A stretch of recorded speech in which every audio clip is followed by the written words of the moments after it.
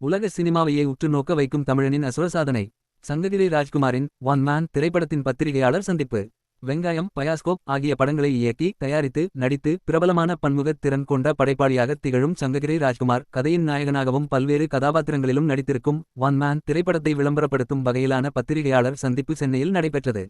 இயக்குனர் சங்ககிரி ராஜ்குமார் கதையின் நாயகனாக மட்டுமல்லாமல் ஒரு திரைப்படத்தின் உருவாக்கத்திற்கு தேவையான பல்வேறு பணிகளை தனி ஒருவராக மேற்கொண்டு உலக சினிமாவில் இதுவரை யாரும் மேற்கொள்ளாத வகையிலான ஒரு முயற்சியாக இப்படத்தை உருவாக்கியுள்ளார். இதன் மூலம் தனித்துவமான சாதனையை நிகழ்த்திய தமிழர் என்ற அடையாளத்தையும் அவர் பெற்றுள்ளார்.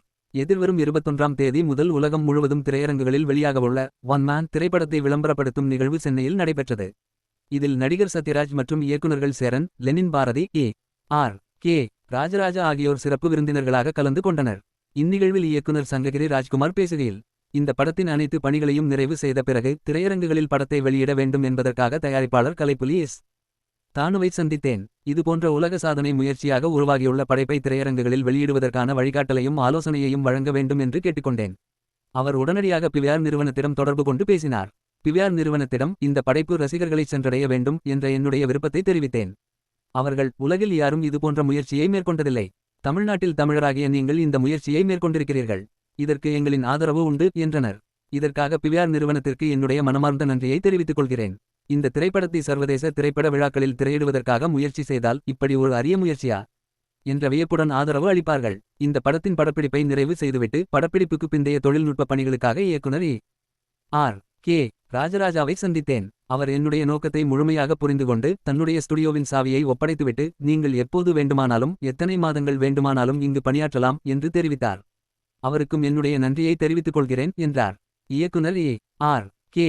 ராஜராஜா பேசுகையில், ஒரு மனிதன் எல்லா வேலைகளையும் செய்து அவரே எல்லா கதாபாத்திரங்களிலும் நடித்து ஒரு படத்தை உருவாக்குகிறேன் என்று சொல்லும்போது மற்றவர்களைப் போல எனக்குள்ளும் ஒரு கேள்விக்குறி இருந்தது. ஆனால் அவர் பணியாற்றிய விதம் என்னை ஆச்சரியப்படுத்தியது. அவர் முன்பு குறிப்பிட்டதைப் போல் இதற்கு ஆதாரம் இருக்கிறது என்று சொன்னார் அல்லவா? அதில் நானும் ஓர் ஆதாரம் தான். படப்பிடிப்புக்கு பிந்தைய பணிகள் அனைத்தையும் அவரே மேற்கொண்டாள். அதன் பிறகு அந்த படத்தை பார்த்தேன். ஒரு திரைப்படத்தை தொழில்நுட்ப ரீதியாக எவ்வாறு சிறந்த தரத்துடன் உருவாக்க வேண்டுமோ அப்படியே அந்த படத்தை அவர் உருவாக்கியிருந்தார். இந்த திரைப்படத்தில் ஆயிரக்கணக்கான மனிதர்களின் கதாபாத்திரங்களில் அவரே நடித்திருக்கிறார். இதுவே அவருடைய முதல் வெற்றி. இந்த திரைப்படத்தை நான், இயக்குனர் லெனின் பாரதி, சுப்பிரமணிய சிவா ஆகியோர் பார்த்தோம். இந்த படத்தை பார்த்த பிறகு எங்களுக்கு ஏற்பட்ட ஆச்சரியத்தில் சுமார் 10 நிமிடங்கள் எங்களால் பேசவே முடியவில்லை. இது இந்திய திறமையின் உச்சம் என்று சொல்லலாம். அவருடைய உழைப்பு பெருமைப்படக்கூடியது. இது ஒரு வரலாற்று பதிவு. இந்த திரைப்படத்தை அனைவரும் திரையரங்குகளில் பார்த்து ஆதரவு தர வேண்டும் என்று கேட்டுக்கொள்கிறேன் என்றார். இயக்குனர் லெனின் பாரதி பேசுகையில், தமிழ் சினிமாவிற்கு இது மிக முக்கியமான படம். இதற்கு முன்பு ஏராளமான பிரம்மாண்டமான படங்கள் வெளியாகியுள்ளன. குறிப்பாக இந்திய சினிமாவில் தொழில்நுட்ப ரீதியாக ஒரு மைல்கல்லை எட்டிய திரைப்படம் இது. உயர்ந்த தொழில்நுட்ப தரத்துடன் நிறைய படங்கள் வெளியாகியிருக்கின்றன. ஆனால் அவற்றின் பின்னணியில் ஆயிரக்கணக்கான தொழில்நுட்ப கலைஞர்களின் உழைப்பு இடம்பெற்றிருக்கும். தொழில்நுட்ப வல்லுநர்களின் பங்களிப்பு, பெரிய நிறுவனங்களின் பங்களிப்பு, மிகப்பெரிய பொருளாதார பங்களிப்பு என பல்வேறு அம்சங்கள் இருக்கும். ஆனால் இத்தகைய பெரிய பின்னணி எதுவும் இல்லாமல் தனி மனிதராக மிகப்பெரிய முயற்சியை மேற்கொண்டு சங்ககிரி ராஜ்குமார் இந்த படத்தை உருவாக்கியிருக்கிறார். இதன் காரணமாகவே அவருடன் தொடர்ந்து பயணிக்கிறேன். இது சினிமாவை காட்டுத்தனமாக நேசிக்கும் ஒருவரால் மட்டுமே சாத்தியமாகும். சினிமாவை மட்டுமல்லாமல் சினிமா மூலமாக ஏதாவது ஒரு செய்தியை சொல்ல வேண்டும் என்ற ஆதங்கம் கொண்ட கலைஞர் சங்ககிரி ராஜ்குமார். அதற்காகவும் நான் அவருடன் இணைந்திருக்கிறேன். இந்த படத்தை பார்க்கும்போது ஒரு நபரால் இவ்வளவு விஷயங்களை செய்ய முடியுமா என்ற ஆச்சரியம் ஏற்படும். சினிமாவை நேசிக்கும் அனைத்து கலைஞர்களும் இந்த திரைப்படத்திற்கு உறுதுணையாக இருக்க வேண்டும் என்பது என்னுடைய வேண்டுகோள். தோழர் ராஜ்குமார் மிக நுட்பமான நடிகர். தெருக்கூத்து கலைஞரும் கூட. அவருடைய தெருக்கூத்தை நான் பார்த்திருக்கிறேன். தமிழ் திரையுலகில் அதிகம் பயன்படுத்தப்பட வேண்டிய நடிகர் இவர். இந்த திரைப்படத்தை தமிழ்நாடு திரைப்படக் கல்லூரியில் படிக்கும் மாணவர்களுக்கு திரையிட்டு காண்பிக்க வேண்டும். தொழில்நுட்பத்தை எப்படி எல்லாம் பயன்படுத்தலாம் என்பது குறித்து சங்ககிரி ராஜ்குமார் திரைப்படக் கல்லூரி மாணவர்களுடன் தனது அனுபவத்தை பகிர்ந்து கொள்ள வேண்டும். இதை மாணவர்களுக்கு கற்றுக் கொடுக்கவும் வேண்டும். இதற்கும் தமிழக அரசு முன்வர வேண்டும் என்ற கோரிக்கையை விடுக்கிறேன் என்றார். இயக்குனர் மற்றும் நடிகர் சேரன் பேசுகையில், ஒரு நாள் ரோகிணி மேடம் போன் செய்து வெங்காயம் என்றொரு படத்தை பார்த்தேன். நன்றாக இருக்கிறது, நீங்களும் பாருங்கள் என்றார். அவருடைய பரிந்துரை என்றால் நிச்சயமாக நன்றாகத்தான் இருக்கும் என்ற எதிர்பார்ப்புடன் அந்த படத்தை பார்த்தேன். நல்ல விஷயத்தை அழுத்தமாகவும் இயல்பாகவும் சொல்லியிருந்தார். ஒரு நல்ல படத்தை பார்த்துவிட்டால் அது தொடர்பான உணர்வுகளை பதிவிடுவதுதான் என்னுடைய வழக்கம். அந்த தருணத்தில் என்னை ஏராளமானவர்கள் தூக்கிச் சுமந்ததைப் போல் எனக்கு ஒரு வாய்ப்பு கிடைத்த தருணத்தில் ராஜ்குமாரை தோளில் தூக்கிச் சுமக்கத் தொடங்கினேன். அதன் பிறகு என்னுடைய அழைப்பின் பேரில் 50க்கும் மேற்பட்ட இயக்குநர்கள் இந்த படத்தை பார்வையிட்டனர். அதன் பிறகு அந்த படத்திற்கு ஒரு அடையாளம் கிடைத்தது. திரையரங்குகளில் வெளியாகி ஓரிரு நாட்களிலேயே வெளியேற்றப்பட்ட வெங்காயம் திரைப்படம் மீண்டும் சேரன் வழங்கும் வெங்காயம் என்ற பெயரில் வெளியாகி வெற்றி பெற்றது. நல்ல வசூலையும் பெற்றது. இவர் சினிமாவில் சம்பாதிப்பதற்காக வரவில்லை. சாமானியனும் ஒரு சினிமாவை உருவாக்க முடியும். சாமானியர்களிடம் சினிமாவை கொண்டு போய் சேர்க்க வேண்டும். சாமானியர்களையும் சினிமாவில் பயன்படுத்த முடியும் என்ற கர்வம் மிக்க சிந்தனை அவருக்கு உண்டு. அவருடைய அடுத்த படமான பயாஸ்கோப் வெங்காயம் திரைப்படத்தை உருவாக்கும்போது கிடைத்த அனுபவங்களை வைத்து எடுக்கப்பட்ட படம். அவரிடம் மிகச் சிறந்த நகைச்சுவை உணர்வு இருக்கிறது. அது அந்த திரைப்படத்தில் வெளிப்பட்டிருக்கும். இதுபோன்ற நல்ல திரைப்படங்களை மக்களிடம் நாம் தான் முன்னிறுத்த வேண்டும். அதிலும் இந்த ஒன் மேன் திரைப்படத்தில் அனைத்து விஷயங்களையும் அவர் மட்டுமே செய்திருக்கிறார். இத்தகைய புதுமையான முயற்சிக்காகவே அவரை நாம் அனைவரும் பாராட்ட வேண்டும். ஆனால் அந்த புதுமையான முயற்சியையும் அவர் சிறப்பாக செய்திருக்கிறார்.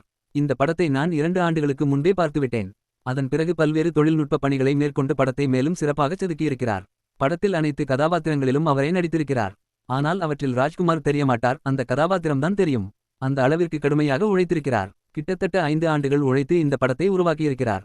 அவருடைய கடும் உழைப்புதான் அவரை அடையாளப்படுத்தும். அவர் நெடும்பா என்றொரு படத்தையும் உருவாக்கியிருக்கிறார். அந்த படமும் மிகப்பெரிய வெற்றியை பெறும். சங்ககிரி ராஜ்குமாருக்கு ஒரு படத்தை உருவாக்க .70 லட்சம் ரூபாய் போதுமானது. இந்த பட்ஜெட்டில் தமிழ் சினிமாவில் நல்லதொரு படத்தை எடுக்க முடியும் என்பதை ராஜ்குமார் நிரூபித்திருக்கிறார், நிரூபித்தும் வருகிறார். தமிழ் சினிமாவில் பெயர் சொல்லும் திரைப்படங்களாகவே சங்ககிரி ராஜ்குமார் உருவாக்கும் திரைப்படங்கள் இருக்கின்றன. இருப்பினும் இன்றைய சூழலில் அவருக்கு சரியான அங்கீகாரம் கிடைக்கவில்லை என்றாலும் 10 அல்லது 15 ஆண்டுகள் கழித்து அவருடைய புகழையும் அவரையும் தமிழ் சினிமா கொண்டாடும். அவருக்கு நிச்சயமாக அங்கீகாரம் கிடைக்கும். அவர் சினிமா மீது வைத்திருக்கும் நேசத்தால் சினிமா ஒரு நாள் அவரை கொண்டாடியே தீரும் என்றார். நடிகர் சத்யராஜ் பேசுகையில், சங்ககிரி ராஜ்குமாருடன் இணைந்து பணியாற்றியதற்கு முக்கியமான காரணம் பகுத்தறிவு பகலவன் பெரியார் தான். ஏனெனில் தந்தை பெரியார் திராவிடர் கழக தலைவர் கோவை ராமகிருஷ்ணன் போன் செய்து இவரை சந்திக்க சொன்னார். அவர் சொல்லும்போது ஐயாவின் தொண்டர், அவருக்கு தேவையான உதவிகளை செய்யுங்கள் என்று கேட்டுக்கொண்டார். அவரை சந்தித்தபோது நீங்கள் சத்யராஜாகவே நடிக்க வேண்டும், ஒரு பாடலில் மட்டும் பெரியாராக நடிக்க வேண்டும் என்றார். கடந்த 20 ஆண்டுகளாக கேரக்டர் ரோலில் நடிக்கத் தொடங்கிய பிறகு என்னுடைய கதாபாத்திரத்தை மட்டுமே கேட்கிறேன். இயக்குனர் சொல்வதை மட்டும் செய்கிறேன். என்னுடைய கதாபாத்திரம் தவறில்லாமல் இருந்தால் போதும் என்று நினைத்துவிட்டு நடிக்கிறேன். வால்டர் வெற்றிவேல், அமைதிப்படை காலகட்டத்தில் சினிமா என் கையில் இருந்தது. இப்போது நான் சினிமாவின் கையில் இருக்கிறேன். அதனால் தற்போது படப்பிடிப்புக்கு சென்றோமா நடித்தோமா என்று இருக்கிறேன். அதே சமயத்தில் நான் நடிக்காத படங்களின் இசை வெளியீட்டு விழா உள்ளிட்ட பல நிகழ்ச்சிகளுக்கும் செல்வதில்லை. ஏனெனில் நான் நடிக்கும் படங்கள் மாதந்தோறும் வெளியாகின்றன.